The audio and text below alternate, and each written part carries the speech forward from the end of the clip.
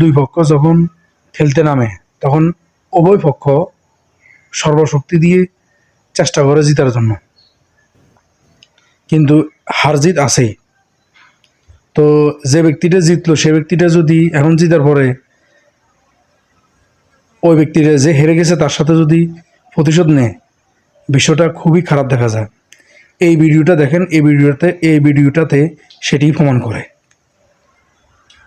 সম্মানিত সাংবাদিক বন্ধুগণ, আমাদের উপস্থিত দায়িত্বশীল নেতৃবৃন্দ এবং সম্মানিত দাগর ভূঁইয়া সোনাগাজীর সর্বস্ত জনসাধারণ, দেশবাসী, আমরা আজকে আসছি এখানে গতকাল নির্বাচন চলাকালীন সময়ে রাজাপুর ইউনিয়নের করসপন্সি মাদ্রাসার আমাদের কয়েকজন ভোটার কর্মীদের উপর আমাদের প্রতিপক্ষ প্রার্থী ধানের শীষের কর্মীরা হামলা করেছেন এবং হামলায় তারা মারাত্মকভাবে আহত হয়েছেন।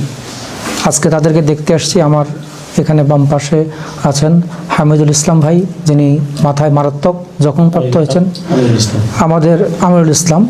আমাদের ডান পাশে আছেন আমাদের সাইফুল ইসলাম, তার মাথায় মারাত্মক জখমপ্রাপ্ত এবং গায়ে শিলাও লেগেছে।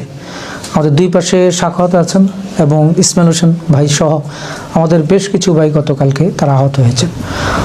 আমরা এই ঘটনার তীব্র নিন্দা এবং প্রতিবাদ জানাচ্ছি এবং একই সাথে নির্বাচন চলাকালীন সময়ে গতকাল বেশ কয়েকটা কেন্দ্রে আমাদের ভাইদের উপর হামলা হয়েছে।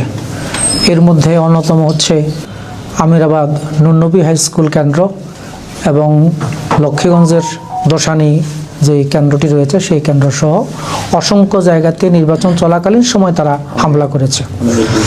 আলায়াপুর কেন্দ্র, সেই কেন্দ্র আমাদের ভাইদের উপর হামলা হয়েছে। দাগনভূঞা পৌরসভার আমাদের